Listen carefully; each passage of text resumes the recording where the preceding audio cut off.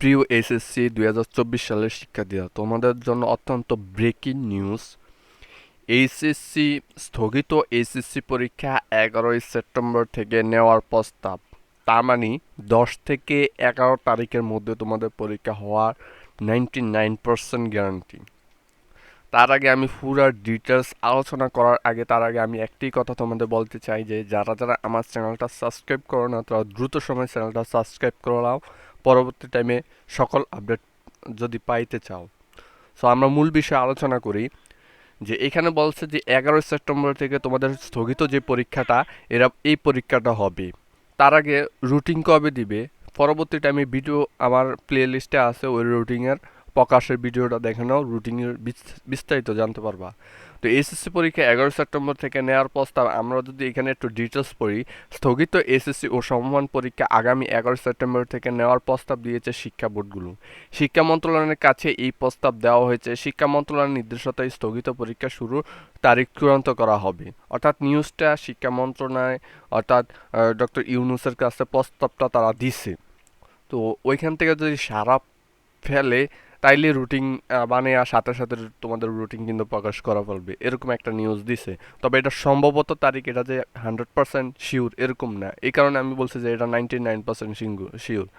মঙ্গলবার 13 আগস্ট রাতে শিক্ষা বোর্ডগুলোর আন্তঃশিক্ষা বোর্ড সমন্বয় কমিটির সভাপতি ও ঢাকা শিক্ষা বোর্ডের chairman Tapan Kumar Sarkar the Daily ক্যাম্পাসকে বিষয়টি নিশ্চিত করেছেন। তিনি জানান, 11ই সেপ্টেম্বর থেকে এসএসসি ও সমমান পরীক্ষা স্থগিত পরীক্ষাগুলো নেওয়ার প্রসঙ্গে শিক্ষা মন্ত্রণালয়ে পাঠানো হয়েছে।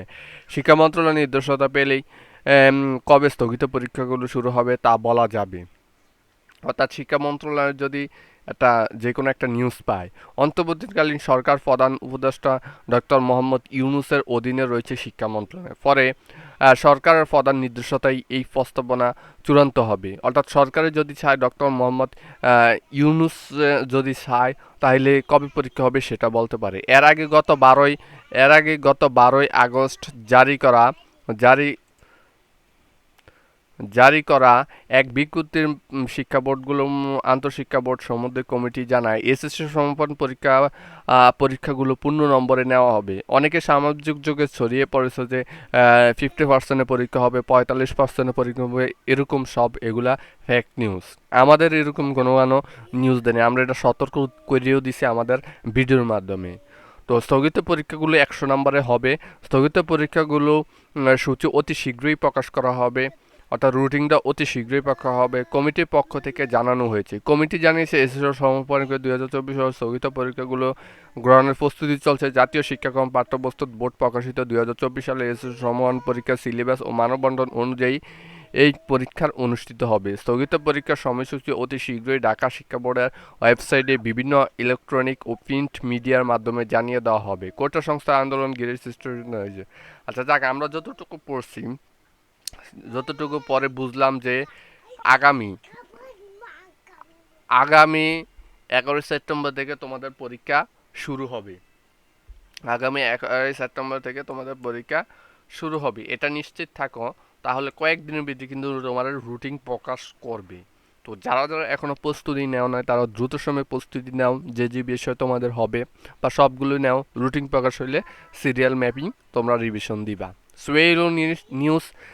আর আমি পরবর্তী টাইমে রুটিন সম্পর্কে একবার বিস্তারিত জানিয়ে দেবো, রুটিন কবে দিবে, রুটিন দিছে কিনা, রুটিন ডাউনলোড সব আমার এই চ্যানেলে পাইবা। সো পরবর্তী টাইমে যদি তোমরা ভিডিও যারা যারা সাবস্ক্রাইব করো না, দেখি ভিডিও স্কিপ করে চলে যাচ্ছ, তাদের জন্য অত্যন্ত, তোমরা যদি এসএসসি পরীক্ষার্থী হয়ে থাকো বা যে কোনো পরীক্ষার্থী হয়ে থাকো, তোমাদের জন্য অত্যন্ত গুরুত্বপূর্ণ আমার এই চ্যানেল। এই চ্যানেলটা তোমাদের উপকারের চ্যানেল একটি তৈরি করেছে, সজীব স্টাডি। কারণ এখানে যদি তোমরা সাবস্ক্রাইব না করো, পরবর্তী টাইমে কোনো ভিডিও তোমরা নাও প্লে লিস্টে পাইতে পারো।